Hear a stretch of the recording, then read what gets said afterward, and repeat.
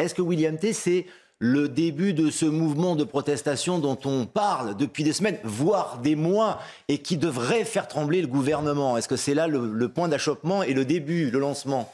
Il faut analyser, est-ce qu'on aura un grand mouvement social ou pas? On sait que depuis la crise sanitaire était arrivée au moment de la première réforme des retraites lancée par le président de la République. Et on avait promis dès septembre 2020 un grand mouvement social pour répondre à la crise sanitaire. Il n'y a pas eu de mouvement social. En janvier 2021, on avait promis également un grand mouvement social. Il n'y a pas eu de mouvement social non plus. En septembre 2021 aussi. En janvier 2022 aussi. En septembre 2022 aussi. Et désormais, maintenant, en janvier 2023, on promet une grande réforme, on promet un grand mouvement social. Moi, je pense que ce grand mouvement social n'aura finalement pas lieu pour différentes raisons. Premièrement, c'est que l'opinion n'est pas la même qu'en 2020. C'est-à-dire qu'on voit notamment que la crise sanitaire a anesthésié une grande partie des gens. Le deuxième point que je vois intéressant, c'est qu'à chaque fois que maintenant qu'il y a une manifestation, c'est Jean-Luc Mélenchon qui essaie de reprendre le volet. Et à chaque fois qu'il essaie de reprendre une manifestation, la manifestation, elle coule. Donc, pas de chance pour les manifestants. Moi, je leur conseillerais, si par cas ils veulent réussir, de dégager Jean-Luc Mélenchon. Le troisième point que je vois, c'est qu'en fait, toutes leurs revendications et toutes leurs propositions s'inscrivent dans un moment où toute la France va mal et tout le monde doit se serrer les coudes. Et donc, du coup, chaque fois qu'il y a un mouvement social qui effectue des revendications, c'est au détriment de quelqu'un qu'on va donner de l'argent. Parce que si en fait vous donnez de l'argent aux médecins, c'est qui va payer? C'est le contribuable français. Si vous donnez de l'argent à la SNCF, c'est le contribuable français qui va payer. Donc c'est toujours quelqu'un qui va payer. Tant qu'on ne change pas de logique et qu'on n'est pas en croissance économique, à chaque fois que vous avez quelqu'un qui manifeste et qui va demander de l'argent, ils agissent comme des pirates, c'est-à-dire qu'ils volent et ils demandent de l'argent au détriment de quelqu'un. Mais William T, c'est en effet cette réforme des retraites qui est le sujet principal. Il y a beaucoup d'autres domaines, beaucoup d'autres thématiques, mais c'est le sujet principal de la colère ou de l'inquiétude des Français et des manifestants qui sont dans les rues aujourd'hui. Pas qu'à Paris d'ailleurs. Moi, dans ce que disaient les manifestants, je différenciais deux craintes. Ceux qui manifestent à la syndicat contre l'assurance chômage et la réforme des retraites, et ceux qui manifestent contre l'inflation et surtout la crise énergétique. Moi, je pense que c'est deux crises complètement différentes, et je pense qu'ils ont tort de tout mettre ensemble parce que ça fait fuir des gens. Je pense que sur la question de la réforme des retraites et de l'assurance chômage, je comprends que des gens soient inquiets. Seulement, il faut se poser la question suivante. Si par cas, Emmanuel Macron annule sa réforme d'assurance chômage et sa réforme des retraites, comment on fait pour avoir des marges de manœuvre supplémentaires en termes de finances publiques? Comment on fait pour augmenter le niveau de productivité du pays? Et comment on fait pour augmenter finalement le PIB, le niveau de richesse qu'on pourra ensuite partager dans le pays? Je pense que c'est ça le point essentiel. C'est-à-dire que si par cas, il annule sa réforme des retraites, finalement les comptes sociaux seront toujours dans le rouge. Et il faudra que les Français payent plus d'impôts pour rattraper les comptes de la sécurité sociale. Et en plus, les entreprises devront payer plus de charges pour compenser en fait, le fait que le système de retraite soit en déficit. Donc finalement, c'est un système qui ira plus mal. Par contre, il y a un autre point, et c'est ce qu'a souligné Jacqueline Gouraud, sur le fait qu'il y a peut-être une malversation des artisans. Là, je pense que c'est un point essentiel sur lequel le gouvernement doit agir. Parce que lorsque vous avez une inflation, notamment qui est centrée à un certain niveau, et vous avez surtout une inflation énergétique avec des entreprises énergétiques qui ne jouent pas le jeu, là, les Français auront un bouc émissaire à désigner, notamment Total Énergie. Moi, je sais parce que mon père est commerçant et il m'avait prévenu en octobre que les tarifs allaient exploser et notamment que Total Énergie avait multiplié son tarif par 6. Et j'avais conseillé à mon père d'aller chez EDF. Mais si mon père a pu me demander un conseil à moi, est-ce que toutes les entreprises ont pu suivre le même conseil à partir du moment où tous les contrats ont été renouvelés au 1er janvier et surtout qu'ils sont liés pendant un an? Mais est-ce que votre père va bénéficier en tant que TPE, si c'est le cas, donc des mesures mises à disposition par le ministre de l'économie? C'est tout le point essentiel, c'est qu'il y avait des aides, etc. Et il était absolument au courant de rien parce que les aides sont complètement illisibles. Et c'est ça le sujet essentiel. C'est pour ça que moi je différencie les deux. Si par cas les artisans coulent, les petites entreprises coulent, le PIB français va baisser. Et à ce moment-là, Emmanuel Macron devrait agir. Parce que si par cas vous avez moins d'économies, vous avez moins d'emplois en France, vous avez plus de chômeurs à payer, et donc du coup vous avez beaucoup plus de charges et beaucoup moins de recettes au niveau de l'État. Et c'est pour ça que les deux crises sont complètement différentes. Et je pense qu'Emmanuel Macron, si par cas les syndicats, il peut les laisser défiler avec leur drapeau, etc. C'est pas trop un sujet. Par contre, moi je pense que les artisans, les commerçants, les petites entreprises, il faut agir concrètement. Il faut prolonger le bouclier tarifaire, il faut prolonger les aides sur le carburant afin que la France du travail continue à travailler pour faire rentrer de l'argent. Donc c'est là où on a un point essentiel. C'est pour ça que moi je parlais de la crise des artisans.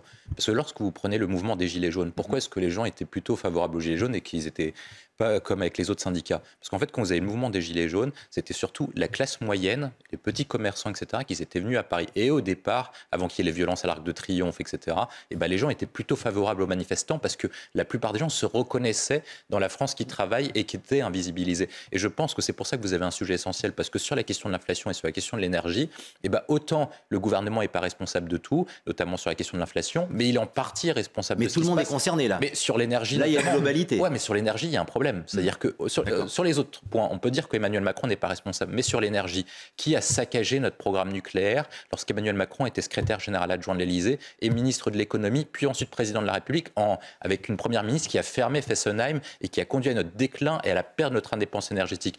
Qui a été le président de la République lorsqu'il fallait contester contre les règles européennes du marché européen de l'électricité, qui ont fait multiplier notre tarif d'électricité par 10? C'est le président de la République. Et lorsque vous avez une crise énergétique qui frappe tout le monde, tous les Français, du plus pauvre au plus riche, et lorsque vous avez vos tarifs d'électricité qui augmentent, qui explosent, et que vous n'avez pas les moyens de finir votre fin de mois parce que les revenus disponibles sont très faibles en raison de l'inflation, vous avez une personne et un bouc émissaire désigné. Et là, Emmanuel Macron ne pourra pas dire c'est la faute de X, c'est la faute de l'artisan, c'est la faute de je sais pas quoi. Chaque Français pourra comprendre qui a détruit le parc nucléaire et qui n'a pas voulu contester l'Allemagne sur les règles du marché européen de l'électricité. Il y a une William T, on n'est pas bien en France. Il y a mieux que la France alors. Ah oui, je vais alors dites-moi. Je vais expliquer pourquoi. Quelle est la shortlist de William T? Je veux savoir. Je vais expliquer pourquoi. Si effectivement la France aide le plus, notamment en termes d'aide sociale, est-ce que c'est pour autant que les Français réussissent mieux que dans les autres pays? Je vais expliquer pourquoi. Dans les années 80, le PIB français par habitant, c'est-à-dire ce que vous gagnez, ce que chacun des Français gagne, était similaire en Allemagne et aux États-Unis. Aux États-Unis, maintenant, ils gagnent 2 fois plus que nous, par tête d'habitant. Et en Allemagne, oui, mais ils sont moins bien protégés aux États-Unis. Oui, mais ils gagnent plus d'argent que nous. Oui, mais il n'y a pas la sécurité sociale. C'est-à-dire que quand vous allez chez le médecin, vous coupez un bras, William, pour payer aux États-Unis. Vous avez beaucoup plus de pauvres. On va y arriver. En Allemagne, non, en niveau de pauvres, c'est pas si fait que ça, parce qu'en France, il y a 10 millions de pauvres. Donc, c'est quand même beaucoup. Et ensuite, après, sur l'Allemagne, l'Allemagne, ils ont un système de protection sociale. Et pourtant, ils gagnent plus d'argent que nous. Ensuite, il y a un deuxième point. On parlait de la question de l'éducation. Aujourd'hui, avant, la France était 5e ou 6e au classement PISA il y a 20 ans. Maintenant, on n'arrête pas de reculer. On est quasiment dernier en mathématiques, dernier sur les enseignements fondamentaux. Donc oui, effectivement, l'école française est gratuite, mais de toute façon, vous envoyez à l'école pour que votre enfant devienne un con, en gros, pour résumer. Ensuite, après, il y a un troisième point sur la question de la sécurité, sur la justice. Oui, c'est ça. Non, mais c'est vrai. C'est pour ça qu'il y a autant de gens qui envoient leurs enfants dans le privé, malheureusement. Et c'est ça un drame. C'est que l'école doit être pour tous. Et finalement, il y a de plus en plus de Français, de plus en plus de parents qui disent l'école publique. Vous voulez dire qu'il y a trop de protection en France, qu'on est non, mais en fait, c'est gentil. Non, mais qu'on est trop protégé, donc du coup, on n'est pas suffisamment compétent. On n'est pas suffisamment compétent, on n'est pas suffisamment assez productif et on n'est suffisamment pas assez riche. On travaille pas assez, on est feignant. On travaille pas assez. Moi, je pense qu'il faut y aller surprotégé. Moi, je pense qu'il faut y aller beaucoup plus franco et je vais dire pourquoi.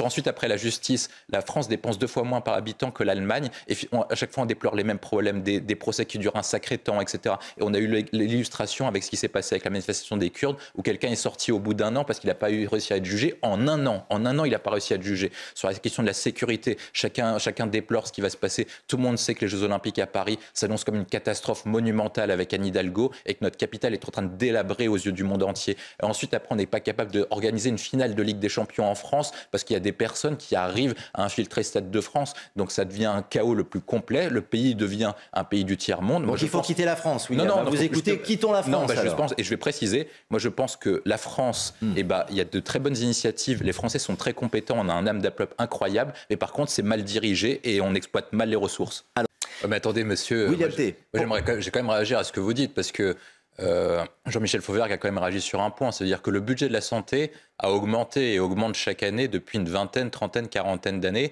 et pourtant les performances en termes de soins ont baissé. C'est prouvé par toutes les statistiques de la Cour des comptes et de l'OCDE. C'est-à-dire que la part du budget de la santé au sein du PIB français a explosé et pourtant vous décrivez un mal qui est profond. Je ne conteste pas ce que vous dites, mais en fait vous demandez encore plus d'argent à chaque fois et à chaque fois les gouvernements donnent encore plus d'argent et pourtant le système de santé n'est pas en capacité de répondre aux attentes de la population. Et il y a encore une chose qui est dramatique à ce que vous dites, c'est qu'en plus la population française va vieillir davantage et donc du coup va nécessiter encore plus de soins. Ça veut dire que si par cas on écoute les remèdes de monsieur, je ne dis pas que tous les remèdes sont mauvais, mais ça veut dire que les dépenses du système de santé vont exploser et dans le même temps les entreprises ne veulent pas payer plus de charges, les Français ne veulent pas payer plus d'impôts et donc au bout d'un moment il faut quand même s'interroger et pouvoir se réformer soi-même, notamment lorsque vous comparez la France et l'Allemagne et que 33% de nos dépenses viennent en infrastructure et qu'en Allemagne on dépense strictement le même dépenses par habitant mais que les médecins soient mieux payés et les infirmières soient mieux payées en France. En quelques est arrivé William T. Ce genre de situation. Non mais on peut en parler parce que tout le monde est concerné. Pas aussi longtemps, mais oui, il y a quelques mois j'ai dû aller aux urgences parce qu'un